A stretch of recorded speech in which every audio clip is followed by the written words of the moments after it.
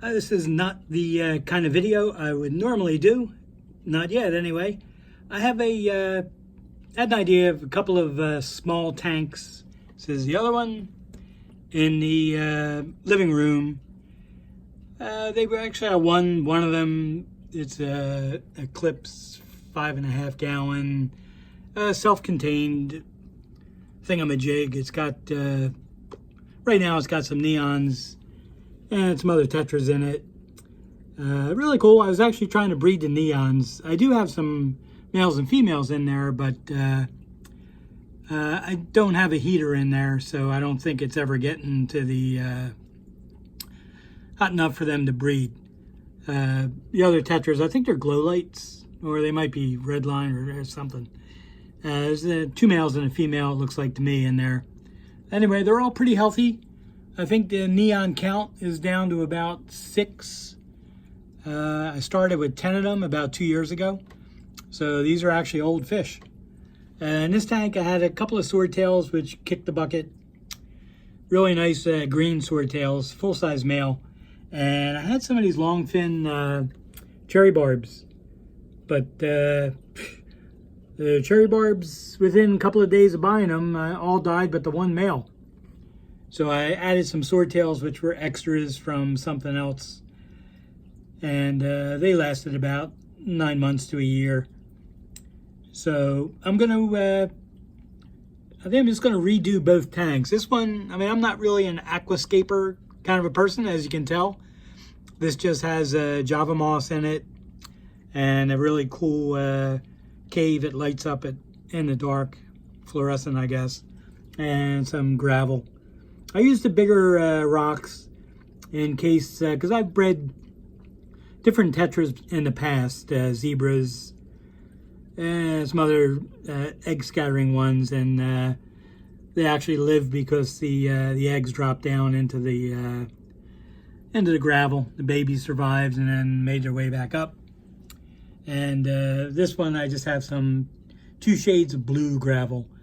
So I might keep the substrate the way it is and just add some plants and maybe a couple decorations and some different fish. This one also has the very cool Jaws. I guess it's might be a Funko mini thing. Very cool. That doesn't need water or air. So that's going to be the plan. I'm going to actually redo this today. Today is Thursday, August 22nd. And I'm going to, if plans go well, going to just net the cherry barb out, put them in with these guys, and actually net them all out into a separate container. Clean the tank really well, clean the gravel, set everything back up with different plants and maybe some decorations. And this one I'm going to put in a Guppy cross that I've been wanting to do. So I usually don't use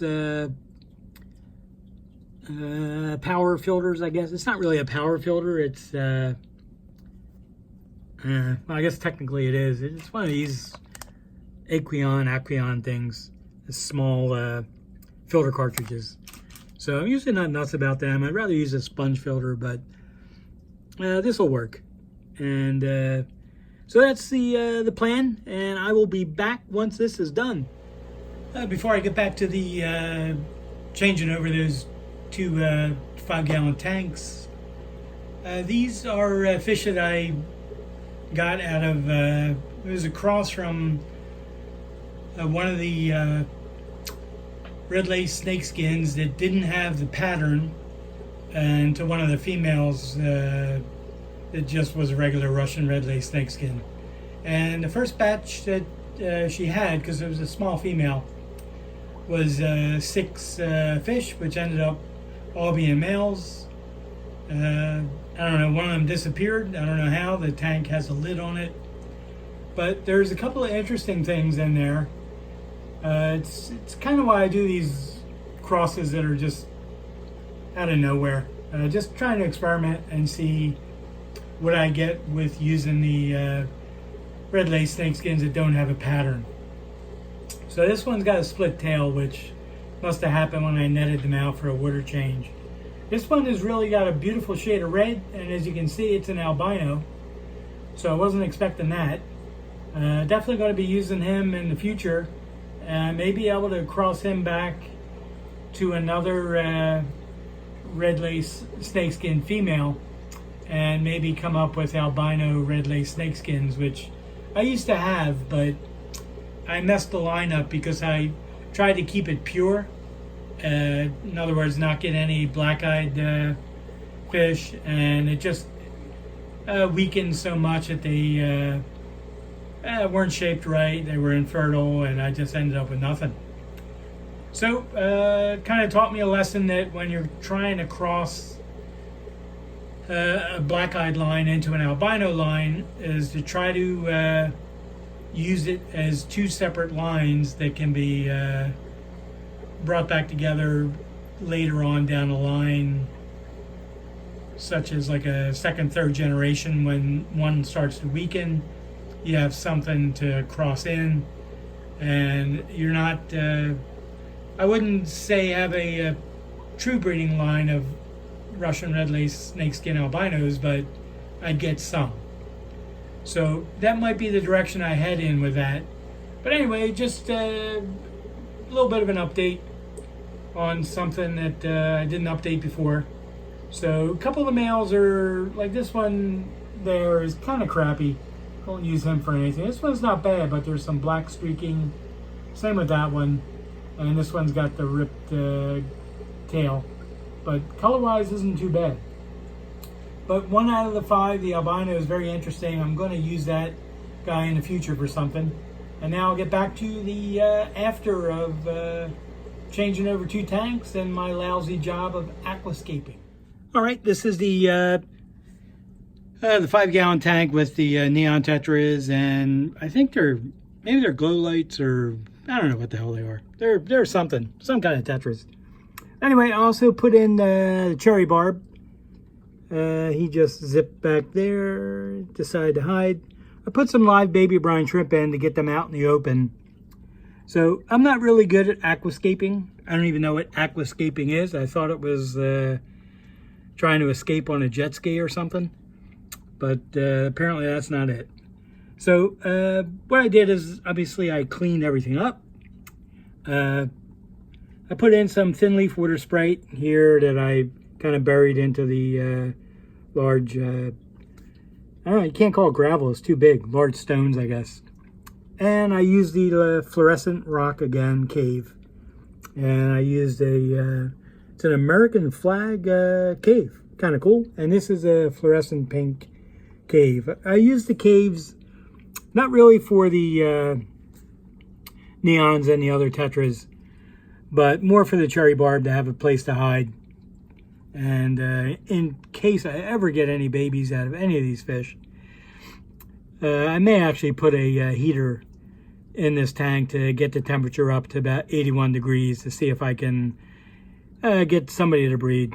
I got a reverse trio of the tetras and a couple of females and a few males of the neons.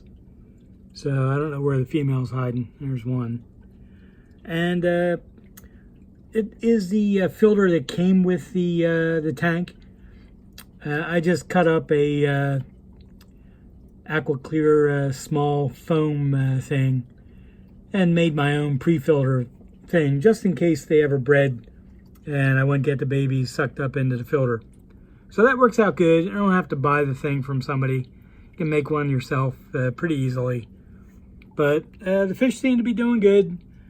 I got them in there a little while ago, and I put in a little bit of the Melafix to treat the water, and I also treated the water with Seachem Prime. But we'll see how it goes. Now, this is the other tank that was just the lone poor cherry barb. It is now a more to do with my channel of Guppy stuff, other than their Spider-Man. I took some of the snow white albinos that I culled. I've only culled 3 of these out of 5 batches. Very nice fish. But you can see there's a little bit of yellow spreading into the tail. On that one, yeah, on that one's got it a lot, and the other one's got a little bit. But they're still snow white albinos. They have really nice color. And what I did is I put in, I think, 4 very young yellow deltas. So my yellow deltas get very intense yellow coloration. And what I'm trying to do with this cross is twofold. If it works, and I get yellow, I guess, or white, or pastel, black-eyed fish, I want to have a line I can cross into my yellow deltas to put a little bit more size on them. Maybe get longer tails out of it, bigger body. Because I was entering them in the IFGA shows last year. And had a little bit of a tough time getting too far along. They're really just not big enough, the ones I have. And once they get really their full size, then I start having some problems with the tail splitting.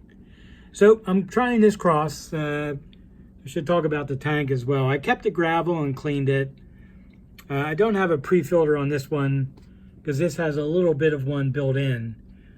Obviously there's a Spider-Man ornament, which I got at Petco or PetSmart or Petco Smart or one of those places. And I put in some of the thin leaf water Sprite that I anchored into the gravel because I don't want to get sucked up the intake tube. But these are really beautiful fish with the yellow in them, but they're obviously not completely snow white albinos, so I culled them. And now I'll try, well, these plants make it tough to film the darn fish.